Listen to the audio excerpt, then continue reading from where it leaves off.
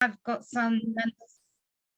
Thank you, Ben. And we will also record the chat as well. So I have great pleasure in introducing Kathy Edersheim, who's a former trustee of InHive, was also interim CEO before I joined, and has 20 years plus experience of community building and alumni relations. So we are in great hands, and I think we're all looking forward to this sort of discussion around how we can, like, better enhance, encourage community building with our networks. So I'm going to hand over to Kathy. There will be compartmentalized sort of like presentations, so feel free to ask questions after these specific presentations. And if you have questions that you would like to be fielded, please do write them in the chat, and we will do our best to make sure that everybody has ample opportunity to do that. Thanks, Kathy. Thanks, Kamini. Well, it's great to be here. It's nice to see some people I know and some new faces. I would say that if you can turn your camera on, that would be great, although maybe just when we get into discussion sessions, but there are 3 of those. So, and certainly if you have a question, please do. If you can, feel free to put things in the chat. As Kamini said, I won't be able to see it because I do have slides. So Kamini or Ben will probably let me know, and you can always raise your hand using the Zoom function as well. And I actually need access to screen share, if you would please, Ben.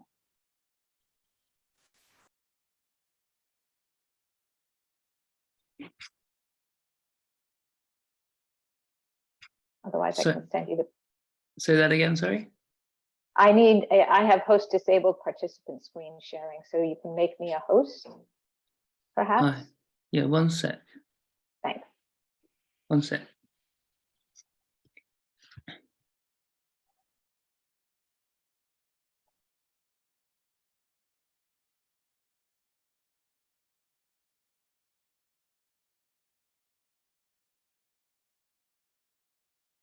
Technology is always the downfall.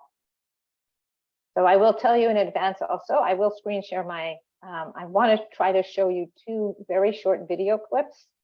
And so hopefully that will work as well.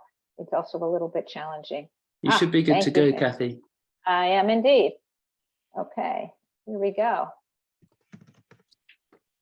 Let's go into there. Okay, so hopefully you can all see my screen. I'm going to take that as given unless somebody raises their hand to say not.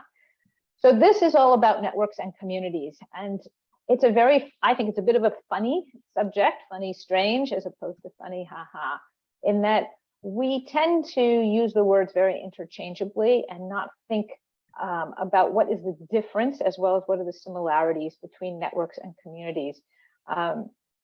As some of you know, I'm based in the US, so we're going to use sort of US definitions of networks and communities to sort of tease out what are the differences and why those differences and those opportunities are important when running an organization. I just want to see my chat. Okay. And so please, be expansive in your thinking about how I'm using the terms networks and communities. It's for the sake of this presentation. And if you want to use them slightly differently, that makes sense. Language is a living thing. So, but it is important to remember that we have 2 very different concepts here.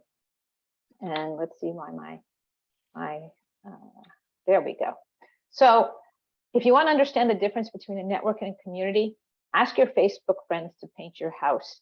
It's a quote that I really love because I think it really encapsulates what I think is important. And then what does that mean to how you manage your organization, how you even build your organization, what's the structure of your organization. So what I think is a great example of a network, and we talk about network a lot, right? Nexus, which I think most of you are either members of or aware of, we talk about it as a network and building the network. What does that look like? There is a very famous commercial, I'm sure most of you haven't seen it because it's back from the 80s. It was for shampoo. I'm going to try to share this with you. As I say, that the challenge here is to figure out how to get it so you can hear the sound. And let's see if I can make this happen. Here we go. Nope. Okay. So the gist is, here is Heather Locklear, who loves Fabergé shampoo. And we're going to see if you can hear this, but if you can't, I'm going to narrate it for you. And the whole point is she uses it, she likes it. And so what does she do? She tells two friends, and they tell two friends, and they tell two friends, and they tell two friends. So that's a network. It radiates out. It's actually relatively straightforward, right? She doesn't know the people 3 or 4 generations away. She knows the people that she spoke to directly. And now we're going to try to go back to Zoom. And let's see to the presentation. Sorry, where did it go? Here we go. So that's a network, right? It radiates out. There's no boundaries. And we're going to get into that a little bit more. And that's as opposed to a different classic video. And this I'm going to have to play for you very briefly because it put an ad in front of it. So apologies for that. It always happens when I do 2 videos. Here we go. So this is from Legally Blonde. I don't know how many of you have Legally Blonde 2, actually. And these 2 women, we have Elle here, or whatever her name is, and the woman who's a professor who she really wants to connect with, and she has a favor to ask, and she wants to make a much tighter connection. So what does she do? And let's see if we even here, we're having a problem with the video to share it. I don't know why. The other day I was able to share the sound really nicely, but that seems to not be happening today. So she intentionally finds out that she's getting her hair done, and then she sees her sorority ring, which I know is a very American tradition in universities, but very important is that once you're part of the sorority, everyone who's ever been part of that sorority is part of your community, right? You have an immediate connection, and you can just go up and talk to that person whenever you want to. So she says, when was the last time you wore the yellow rose of our sorority? And the woman's like, what's going on here, right? So what are you talking about? And so they immediately then have to do the ritual greeting for those who are part of the same sorority. And when was the last time you did that? So here they get up and they're bonding together, and they are, here's the ritual greeting, right? Which is obviously absurd and amusing, we hope. So that's important. Why? Because that is a community, right? There's so many characteristics of what makes a network different. A network is open, right? There we go. It may or may not have a defined shared purpose, whereas a community always has shared interests, values, goals, or mission, or multiple of those. And so the community, it exists, it's created to create strong bonds, just like you see in that video. They have immediate bonds together that they can use, regardless of the fact that they have met before, because she's a professor and she's the student. But even if they hadn't, right, just seeing that pink ring will do it. Whereas a network, the bonds are very loose. They can be bridging bonds. They can take you from where you are to somebody 3 or 4 hops away. But those are very loose bonds. You might not even want to reach out to someone who's just in the network. You'd have to go through somebody to get there. Interestingly, community really needs boundaries because you need to know who's in the community. Whereas a network, it's not. There's no boundaries, right? Your network, if you think about your own network, right? Think about the people on the call with us today. You are immediately networked with all the people I'm networked to, right? And so on. There's no limit. Whereas you wouldn't necessarily say you were part of the same community I'm part of in other areas. So a community, there's trust and support that comes across because you share the values or the goals. Whereas in a network, it's really to generate new ideas. You expect to have very diverse ideas in a network because you really have no idea where the other person's coming from or how they got there. And that creates platforms for new opportunities. Communities obviously create opportunities too, but that's not exactly why they exist. whereas a network really does tend to exist for the purpose of new opportunities, just as Nexus exists to provide opportunities for youth. And community really has to be based then on cooperative effort, right?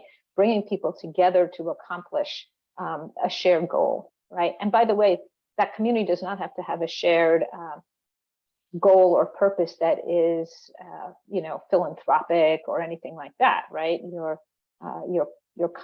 company that you work for may well be a community as well. I'm not going to get into the pros and cons of that, but just to be clear, community, it's just a structure of how people interact with each other. Whereas a network, it's really about that amplification, get the word out and radiate out as far as possible. So, as I say, just to reiterate briefly, to me, I use community for these closed, shared purpose, collaborative, trust and support based concept. I use network for the open, bridging, loose bonds based concept. And so let's try to stay within that for this conversation, even though you may have slightly different terminology in the way you work, if that makes any sense. So because I want this to be really workshop type discussion, and it's really about your organizations, not about just concepts, it's how it applies, I thought we would just take a few minutes to get reflections from all of you on how you see these two things relating, community network, and even more importantly, perhaps how they relate to the organizations you represent. Obviously, not everybody has to share it at any time, but I want to give everyone a chance to sort of absorb these concepts. I also want to point out that every organization practically really has use for both networks and communities, right? It's not a total dichotomy, right? We all have both these things, and it's a question of how do we manage them, which do we emphasize, how do we see them to, how do they relate to each other within our organization? And, do you focus on building your community? Do you focus on building the network? How does it relate to the purpose of your organization? So I'll continue to share my screen, but I will, let's see if I can see more people. So I'd just love to hear from somebody, sort of their thoughts on, hi, Ken. I'd love to hear people's thoughts on some of these ideas and how it relates to the organizations that you may represent here or in other parts of your life. And by the way, I am so not shy. I am happy to call on people. I'm going to stop sharing so I can see everybody who's here. And it's nice to see some more familiar faces. And I know, Danita, you had some thoughts the other day when we were just rehearsing this. I don't know if you want to share some of those ideas.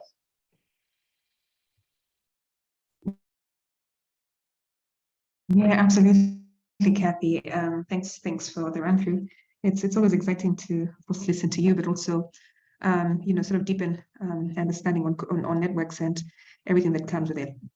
I think very relevant to my current network is that one of the things that we noticed is that, as you rightly say, that the bonds in a network may not, the connectivity channels, as I put it, may not be as strong sometimes if they're not weaved intentionally and purposely for the purpose that they're meant to serve. And I think of community within a network as right, and this is where I think impact really lies. And I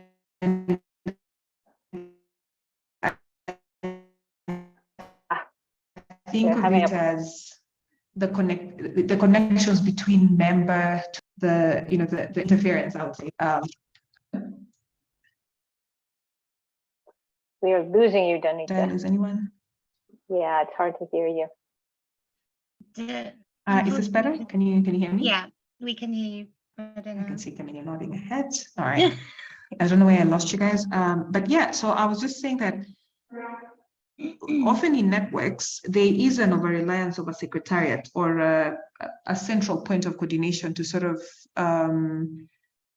coordinate communication or facilitate communication between member to member. And I think of communities as very important in terms of where members are able to build their own relationships independent of the secretariat. And I think of communities as where impact actually lies in a networked organization.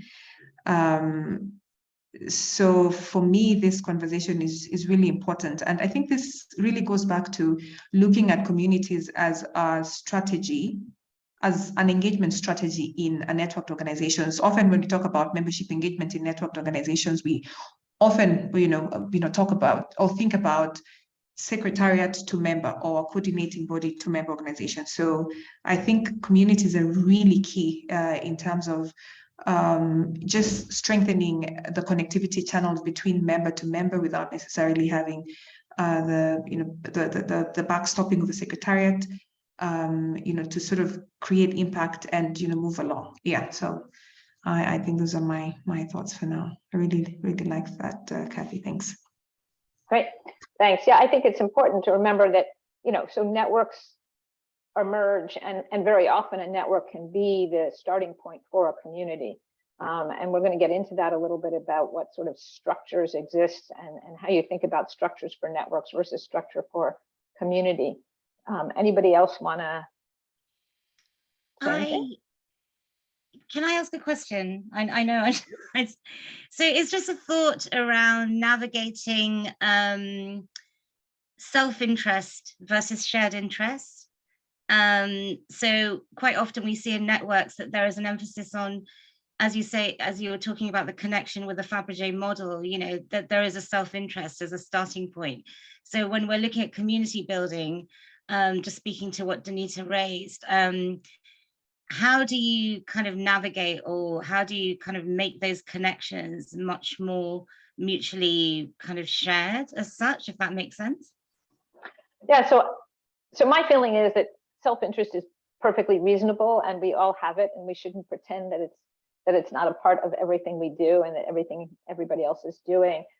So I think by and large, people think of networks as the sort of where self-interest lies, right? You network in order to find job opportunities or whatever it might be. But actually, people mostly join communities, in a sense, even more so, because you have to be more intentional when you join a community typically.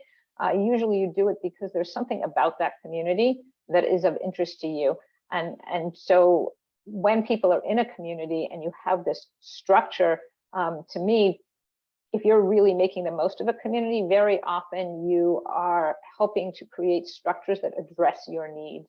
And the best way to get people engaged in a community is to recognize what their personal needs are, and then create the community to reflect that within the shared purpose. And since you asked that, I will move on, because that actually is going to come up in the next few slides. So let me share again, and we'll go from there. Let's see if this, there we go. So for some reason, it's not always, let's see, come on. Might have to leave this and go back to it because it's not. Okay. Okay.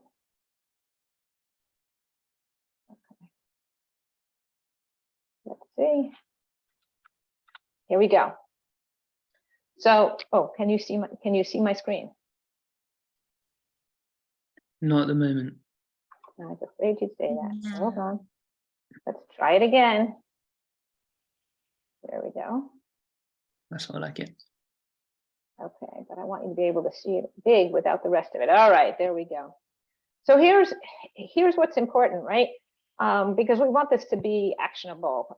So I want everybody, if you don't come out of this presentation and discussion with something that you're going to be able to apply, I want you to say so at some point in the conversation so that we can apply this to whatever you're doing. That a little to the side. Okay. So when you think about how you're going to structure your organization, and this speaks very much to Kamini's point, we tend to look down, and I do come from an alumni relations background, but I believe this is sort of a universal thing. You're an entity, you're an organization, you look down at the people who you participate with, or who are members, and you kind of see this clustering of people, right? So we see this chart on the left, right? And we see people as rating out, somebody introduces them all. And then we create a typical organizational structure that that kind of reflects that. We see the key people, leaders, or the most connected. And then we start to realize that it's not just hub and spoke. There's a lot more interconnections than we realize. But then, because you have to understand your members, what's your members' view, or your participants' view, or even your donors' view, right? It's the one on the right. They are the center of the universe. And so as you create your structure, both your management structure and your organizational structure and say group structure, you want to remember that people see themselves as the center of this community, because in fact they are the center of their own community, and even within your community or within a network, right? What's important to them is their relationship to other people. So it's important to meet your members where they are, to address their interests. And then that's how you foster greater engagement, right? Of course, you want to make sure you're addressing sort of issues of cultural differences and so on like that. So you don't want to let people create sort of pockets that are exclusive. But you do want to make sure that people feel an affinity with each other. So they have to have, even within that big group, right? Within a big group, people don't have great loyalty typically. And when I say big, I'm saying 1,000 people, right? Or let's say you're part of an organization which does work in multiple communities, and you're doing great stuff, right? But in fact, you're serving thousands of people. They don't all relate to each other because of that, right? You need to create smaller groups within the large group to help people have a sense of belonging. And when people have a sense of belonging combined with a sense of purpose, that's when they engage and do things. And that's how you make your organization more effective, is because there are people who are then raising their hand to do stuff. And honestly, yeah, it's about that self-interest element also. If you understand where they're coming from, their self-interest might be to help other people. Their self-interest might be to meet other people. Their self-interest might be really what we think of as self-interest, right? To, in that sense, make more money or get a benefit to themselves. But the key thing is, if you get them to feel that sense of belonging in this, within your structure, that's when you're going to get engagement. And that is part of what we're talking about today, is the engagement side. But you also have to think about your organizational structure, right? So when you understand the people you're engaging with as individuals, then you want to think about what is your organizational structure that is going to be most effective for what you're doing, right? So it can be centralized management, it can be more diffused, you can have a hierarchy, it can be kind of more sideways, and you want to define your structure. It can emerge somewhat over time, but you really want to think about what's emerging. Is it the right way, and is it really most conducive to what you're trying to accomplish? Now, what you do within your team structure may not be the same thing you do with your volunteer cohort, or what you do with the people who are being who you're working with in whatever you're providing as a service, right? But you want to think about, how do these structures relate, and what does each part have as its structure that makes it most effective, right? You need some sort of leadership. We'll go into that a little bit, but not a lot, because we don't have a lot of time today. But it is important to think about at each level, what's the structure that's most conducive, right? Volunteer organizations, even in a relatively professionally managed volunteer cohort, are going to have a different structure, right? Probably a much flatter structure than you might have within an organization where people get paid and have accountability and responsibility of a different sort. So I always recommend subgroups, as we talked about a little bit before. And here's just some examples of that. So when you're creating your structure, typically this would be sort of your volunteers or the groups that you're serving, or even your donors. You want to think about, what are the key groups, right? And how big are these groups?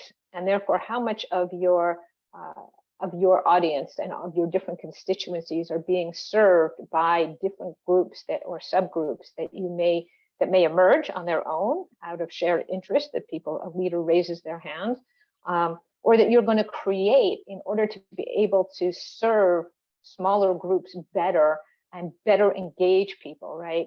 A lot of places that raise money now have young donor groups, because they realize the way they interact with older, more mature donors is not the same way they want to interact with young donors. Young donors need training. They might want to be more involved, right? So you want to think about, okay, if we're going to split our donors into two different groups, where is that split? What's the priorities for each of those subgroups, right? And then you can decide what actions to take, what leadership to implement, and also how much of your resources, because I'm going to assume everyone here is in a leadership capacity in some way, making decisions about resource allocation. How much of your resources do you actually want to expend working with donors versus young donors versus liaisons to other organizations? Because we all know resources are limited. So you have to go from thinking about where are the pieces that need structure, what are those structures that have emerged, what do we think is actually the better or best structure that we can come up with, and how do we create these groups and subgroups that give people the sense of belonging, that will inspire them to be involved, and also make us more effective at what we're doing, right? If we're working particularly, obviously, as most of us are, in NGOs, the whole idea is to be creating a program that is beneficial to the people we're trying to serve. And sometimes you need to think about, well, how do those populations get broken down to make it more effective for them? So you can hear their voices better, for example, right? And then let things filter back up to change the way a program is driven based on the fact that when people feel comfortable in a subgroup, they're more likely to tell you what's important to them, what are their priorities, and how to better serve them. So every organization, structure, and groups. So again, I would love to take a minute to hear from people about where they've seen group structures that work, where they've seen group structures that don't work, or if there's a thought about what kind of, let's say, management structure can work better for volunteers, better for staff. In other words, would love to hear from you. I am going to stop sharing, so we're going to have to go through the sharing again thing, but it is much easier when I can see everybody. So I'd love to hear from some of you as to your experiences with that kind of structural question. And as I say, I know some people here, so I'll just ask people. Kathy, go ahead, Ken. Kathy, I had a question. I love this. I really never thought of the distinction between community and network, and just made me think a couple things. Would a goal to have them merge, in other words, for community to become a network and a network to become community? Because it seems to me that the big differentiation is that whole notion of what you put into it and what you get out of it, and a lot of that's built on trust. So yeah, what's your thought on that? Yeah, so I actually think network is super important and community is super important. They serve different purposes. So you just think about your own life, right? And I mean that for everybody here. Ken and I go back a little ways. You need to have both in your life. And that's one of the things that, well, I mean, it is what InHive thinks about a lot. The Christensen Institute, for those who follow that, also thinks about this a lot. Your community is that close group that when you have something you want to talk about, or you're ready to do your next project, you call up those people right away. You kind of air the idea with them. They're the people you can, they're going to be there for you to at least a certain extent. Whether it's your work community, so when you have a work issue, you call them up, or when it's a social thing, or when it's your cause-driven work. That network is who you call on. You don't really call on the network the same way. You utilize your network to reach people that you otherwise couldn't reach. And so one prime example of this, which is from the corporate world, is, it turns out you have your community, but your community will not help you get your next job, typically. They will, in the sense that they'll tell someone else that you're looking for a job, but the success of finding a new job usually means reaching out 2 or even 3 links away from where you are. And sometimes I guess I took it out. We have this, you have the game 6 Degrees of Kevin Bacon, right? Which is people have in movies, right? If you say so-and-so appeared in this movie, how many movies back would you have to connect them to see that they were in a movie, someone else they were in a movie with was in a movie with Kevin Bacon, and it's never more than 6 links back. And the thing about that is, again, like your job comes from 3 links away, because the people who are in your community, they already know you. If they had the perfect job for you or a better job for you, you'd know about it already. But your network doesn't know you. And so somebody 3 links away might have a job that's perfect for you. And it's only by having that network, that open, expansive side, that you're going to find that job. And so they're different, but they do interact a lot. Clearly, your network also, subgroups of your network become your community, maybe socially, maybe professionally. And your network, your community, right, who you're connected with as a community, is also contributing to your network, right? And that's why, to me, it's important it's almost a spectrum, but it's really important to think about how you're cultivating these 2 things separately and simultaneously. I'm on this call, I will just give you an example of that, right? Ken and I are part of the Yale alumni community. Val Lang, who's on the also was an au pair for my children many years ago, and has gone on to do other things. And so they're part of separate communities of mine.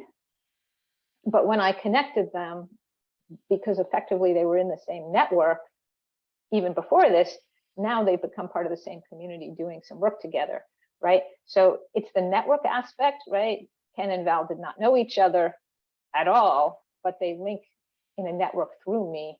And from that, a community was built. But you still want to know how you can find people in that network further beyond. Does that sort of address some of what you were saying, Ken? Yeah, I got to digest it, but that was really helpful. Thank you. Yeah.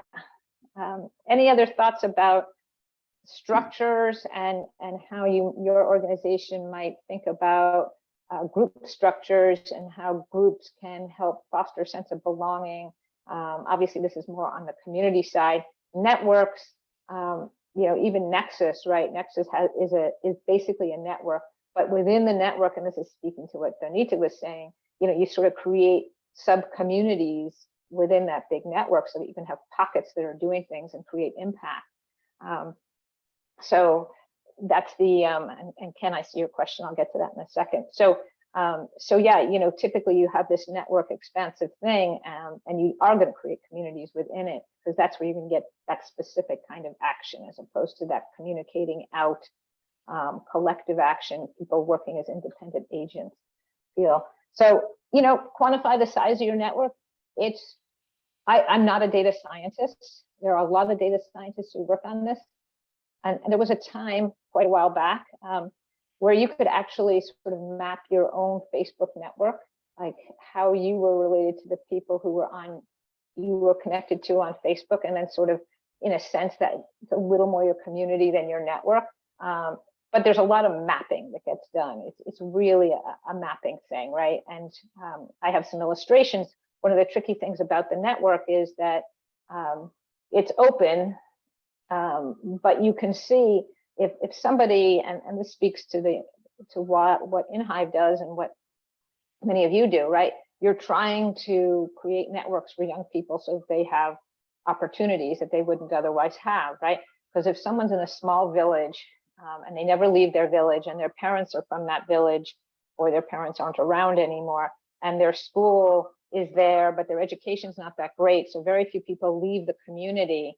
Their network, their community is where they live, and they don't have those bridging ties to jump out of their community. Whereas for people who go to high school not in their original home community, or go to university or college outside their community, they still have the network that they could have had from when they were young, but then they have ties to their network through all the people they were at school with. And then they get jobs that are outside their original home community. And that creates all sorts of, yes, it's a new work community, but it also creates the network of people that they can talk to 1, 2, 3, 4 layers outside, because the people they now work with know other people who they have some tie to, but it's a loose tie, right? That's the network. Whereas their home community, their university, those would be the strong bonds that are part of the community. And this, by the way, is why educational institutions, and Ken knows a lot about this, why educational institutions work so hard to create community when people are on campus, and even for alumni communities, right? Because that community is really important, both for the sense of belonging, but it's a support structure for the alumni, for the graduates, right? And that's how you can create greater success for your alumni as well, is spanning that community, fostering that community over time. It's pretty complicated, but it's subtle, I guess, more than complicated, right? We all have all these things, we all know about all these things, but we haven't necessarily sat back and said, okay, let me think about what does this really mean? What's the impact of all of this? So I will, let's talk a little bit about leadership, and then we will just have a general discussion for the rest of the time. Let's see. Okay, so everyone should see my screen. And then it doesn't, there we go. So leadership, right? So we think about these structures, and this is true, right? Networks, in a sense, don't have leadership in the same way, right? Because they're expansive and they're ever expanding. In a sense, you are the leader of your own network. But these days we have organizations that are trying to foster networks. And in that sense, and Anita spoke about this earlier, right? You'll have a steering committee, or you will have some form of leadership to help that network continue to expand. But the leadership for any structure is super important. And you need leadership on different levels, right? So your organization needs leadership, your groups need leadership, your subgroups need leadership. And that's why I'm covering it today, because different types of leadership, right, are better for different types of organization. And it can change over time. But again, as the overall leader, as the driver within an organization, you want to think about, what are we going to try to set up here? What are we going to foster? How are we going to identify leaders? Well, it depends on what kind of leader you want, right? So you have just the old style lead from the front kind of thing. Then you have those who lead from behind. Very often you'll find that your professional organization, the organization that you're kind of running, if you have a lot of volunteers, you want to sort of help them from behind, right? You might have very little leadership, no clear leader as on the far right, or you may have some leadership sort of from the front, but also with a support structure in the back. And this is not exhaustive by any means, right? And you want to remember that your leadership, it's not about authority or power that's just conferred on somebody, right? That's a dictatorship typically. You really want it to be about the influence that people have, and that they are doing something towards achieving a goal. And here are some leadership styles, right? And this really speaks to, for different organizations and for different levels of organizations, you want different kinds of leaders. And of course, it's not one or the other, right? People have skills in multiple areas of this, but this, I think, is very helpful just to think about, okay, if I'm starting from square one, I did not create this, by the way.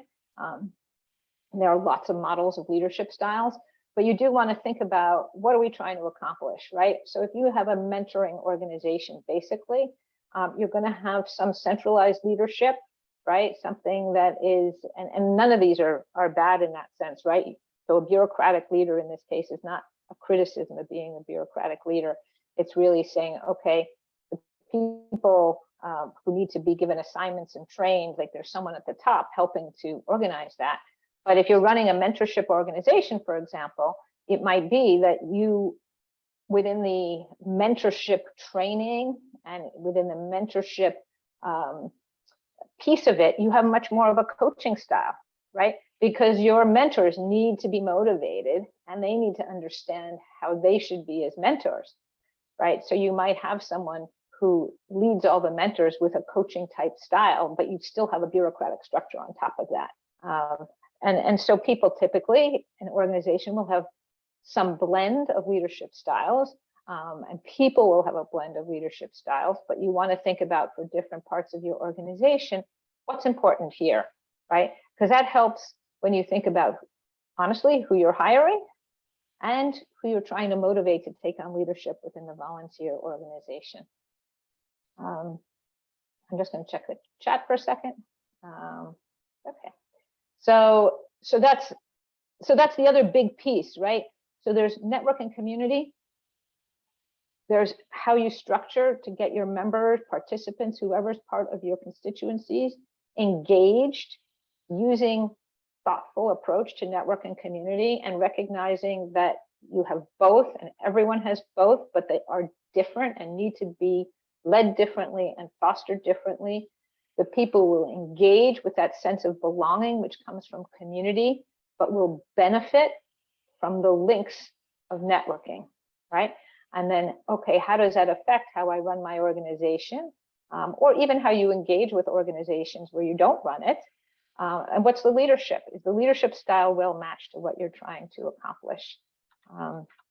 And in theory, I should just have a discussion. So would love to hear from you about, some examples of how you might apply this, or where you have questions, or what is just, I don't agree with you at all, rethink your whole presentation.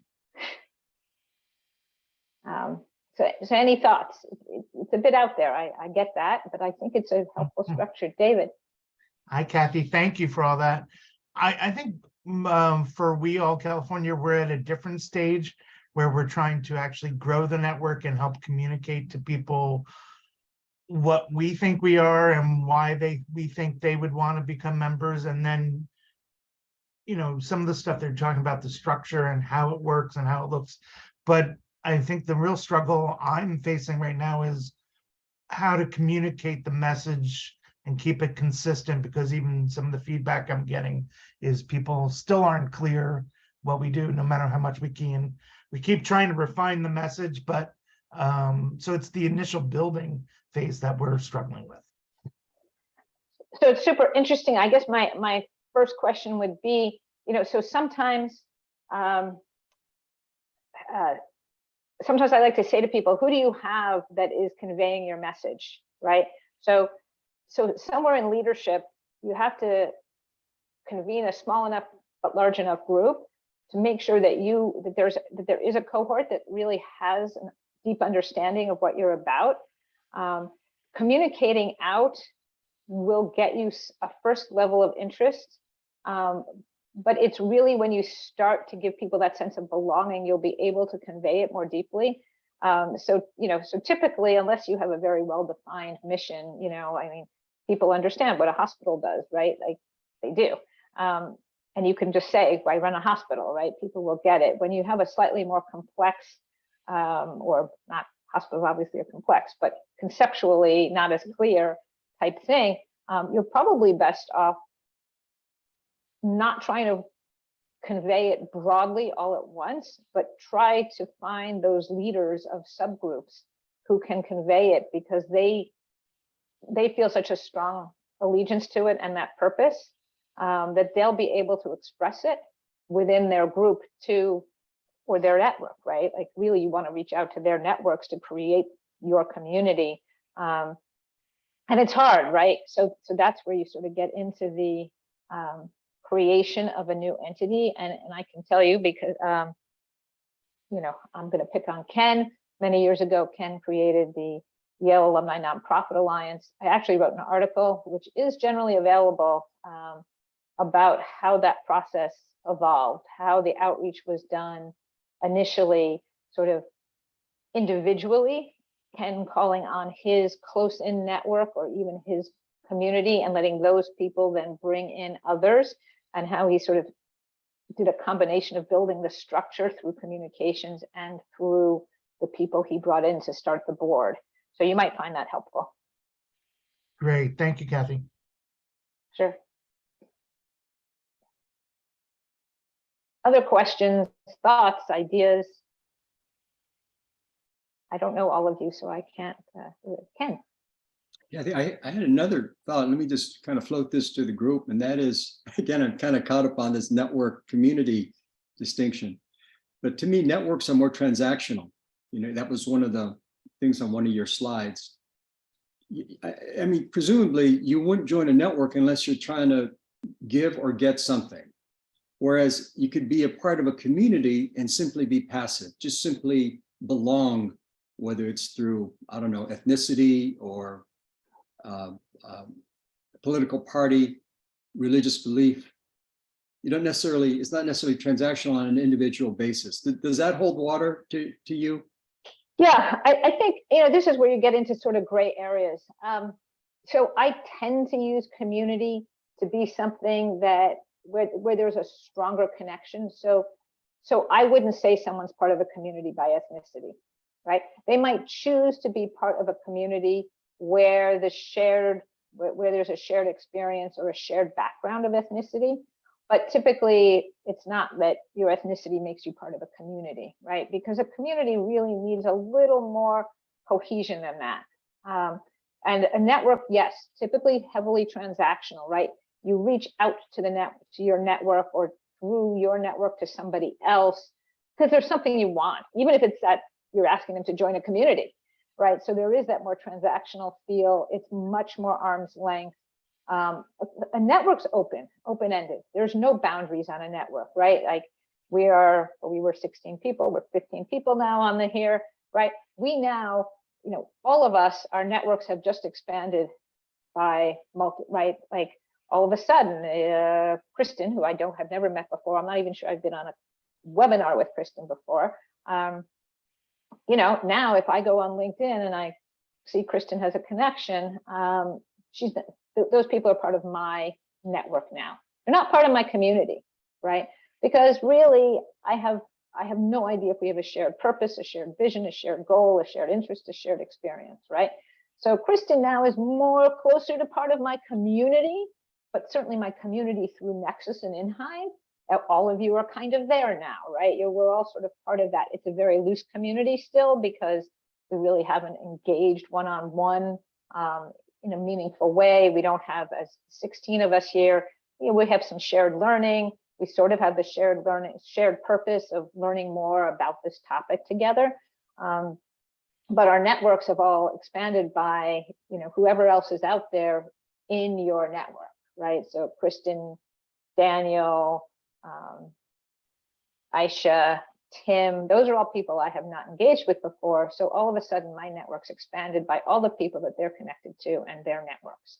So if I were to reach out to them, chances are it's going to be something transactional to say, hey, I really like a job at wherever, because Tim, I see you're connected to so-and-so at that organization. Whereas the community piece would be more like, Tim, who else do you know who might be interested in joining Nexus, helping youth have greater opportunities, and we would really have more of a shared aspect. It's hard to be definitive about what's transactional and what's not, right? What's self-interest and what's not. It all sort of bundles together, and these are all sort of spectrum-y, interwoven. So it's complicated in that way to make hard and fast definitions.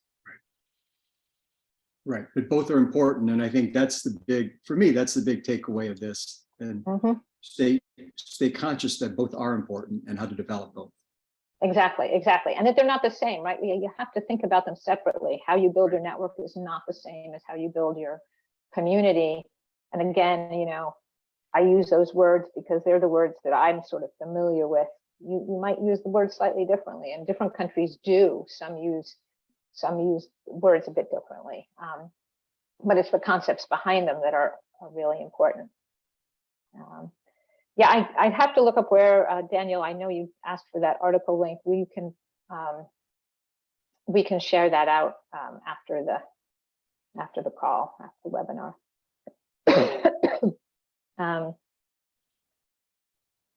Any other questions? Denise.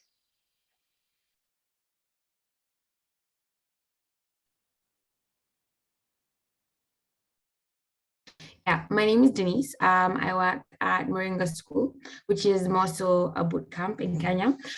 So for me, my question is more so owing to the fact that from a boot camp, we have quite a number of graduates. We are in the process of strengthening our alumni network or community, either or. I think mine is more so like, how do you build up initiative around actually taking ownership of your own personal experiences in such a space? Because it's one thing to be able to put the structure and the leadership in place, but how do you create that, say, air of wanting to take initiative to kind of contribute? Yeah, it's challenging. You know, really, you have to sort of start it early, right? People have to get used to the idea that taking that ownership is going to have positive impact in the longer term for them, right? So there's a lot of role modeling and explaining to people, especially young people, right? Young people are focused on learning what they're learning, right? They're at the boot camp, they want to learn that stuff, and they think that's what it's all about. But the more that as part of the program, you can sort of help them understand why that network and that community are important by, for example, having someone who is in the boot camp before them come back and talk to them, right? And help them understand, well, this person already works at the place that you want to work. That will help them understand the value of building that community as a first step. And then I always say, it's, you have to have people who are willing to give back and have that altruistic sense of, I'm willing to be a leader here because I understand that I want to help the next generation, but also help people understand where the self-interest is, right? Like, you're going to want a job, and you might want a different job 5 years from now. Where are you going to find it? Who understands you the best? Well, it's these people who are ahead of you, or the people who are here with you, or maybe even someone who's coming up behind you who ends up at a company that you really care about. Or, by engaging through this volunteer community leadership role, you're actually gaining leadership experience that you can use on the job or in some other aspect of your life. So I think you have to sell it. You have to really understand for yourself what the benefits are, like you as a manager leader of this, wanting to build your alumni network or your alumni community. Again, it's a spectrum. You have to be really clear on what the benefits are so that you can then convey them to others so they understand where the self-interest is, as well as where the inspiration is from that. And, as your cohorts age, these are concepts that people start to understand better as they have more life experience. So it is harder with younger cohorts.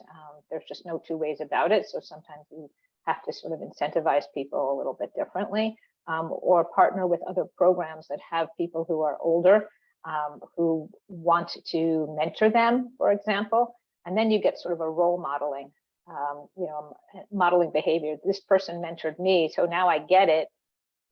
I can actually mentor someone who's just a couple of years younger than I am, right? Or a couple of years behind me in this boot camp kind of concept.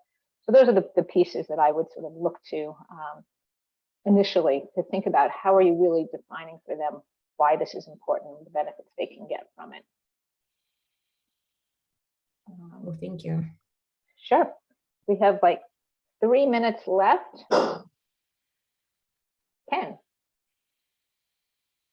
You're just unmuted by chance.